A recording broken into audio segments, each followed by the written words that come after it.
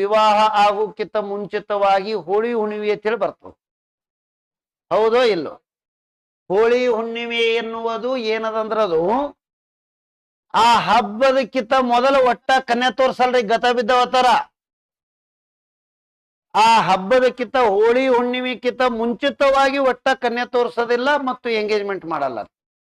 ಅವಾಗ ಜೋಕುಮಾರ್ ಹೋಗ್ಬೇಕು ಅಂತ ಹೇಳ್ತಾರ ಹಳ್ಳ್ಯಾಗ, ಗತ ಬಿದ್ದವತ್ತಾರ. ಅದಕ್ಕಾಗಿ ಹೋಳಿ ಹುಣ್ಣಿಮೆ ಯಾಕ ಏನಂದ್ರ ಆಚರಣೆ ಆದ ಬಳಕ ಎಲ್ಲಾ ಕಾರ್ಯಕ್ರಮ ನಡೀತಾವ. ಇವು ಮದುವೆ ಸಮಾರಂಭ ಅಂದ್ರ ಭೂಮಿ ಎಂದು ಹುಟ್ಟ್ಯದ ಅವತ್ತೇ ಜೀವಿ ಹುಟ್ಟ್ಯವ, ಜೀವಿ ಎಂದು ಹುಟ್ಟ್ಯವ ಅವತ್ತೇ ಭೂಮಿಯ ಮೇಲೆ ಪ್ರೀತಿ ಪ್ರೇಮ ಎಲ್ಲವೂ ಹುಟ್ಟಿದೆ.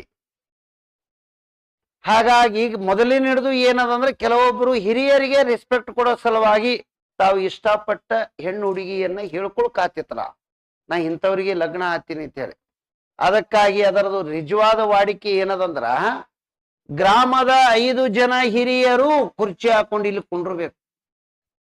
ಇದು ದೊಡ್ಡದಾದ ಬಣ್ಣದ ಒಂದು ಓಕಳಿ ಅಂದ್ರೆ ಹೊಂಡ ಮಾಡಿ ನೀರ್ ಹಾಕಿ ಅದ್ರೊಳಗೆ ಕಲರ್ ಹಾಕಿರ್ತಾರ. ಈ ಕಡೆ ಗ್ರಾಮದ ಎಲ್ಲಾ ಏನದಂದ್ರ ಯುವಕರು, ಈ ಕಡೆ ಯುವತಿಯರು. ಯಾರಾದ್ರೂ ಪರಸ್ಪರ ಇಷ್ಟಪಟ್ಟಿದ್ರು ಅಂದ್ರೆ ಅವತ್ತವ್ರು ಧೈರ್ಯದಿಂದ ಬಂದ್ ಕೇಸಂದ್ರ ಈ ಹೊಂಡದ ಜಿಗದ್ ಬಿಡೋದು. ಇದು ವಾಸ್ತವಿಕವಾಗಿ ಹುಡುಗಿ ಇಷ್ಟ ಪಟ್ಟಿದ್ನಂದ್ರೆ ಹಿಂಗ್ ಬಂದ್ ಕೇಸಂದ್ರ ಅವ್ರ ಕೈ ಹಿಡ್ಕೊಂಡು ಇದ್ರ ಜಿಗ. ಅವ ಒಬ್ಬನೇ ಇಷ್ಟಪಟ್ಟಿದ್ದ ಇಲ್ಲಿ ಕೈ ಹಿಡ್ಲಿಕ್ ಬಂದ್ರು ಅವ್ರು ನೋ ಸಾರಿ ಅಂದ್ರ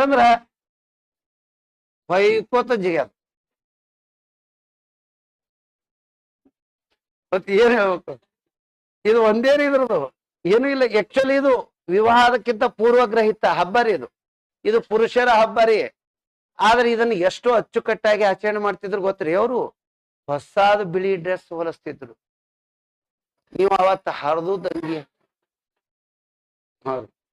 ಅವ್ರು ಅದನ್ನ ಬಹಳ ಸಂಗೀತ ಅವತ್ತು ಸ್ವೀಟ್ ವೆರೈಟಿ ಸ್ವೀಟ್ ಅನ್ಸ್ತಾರ್ರಿ.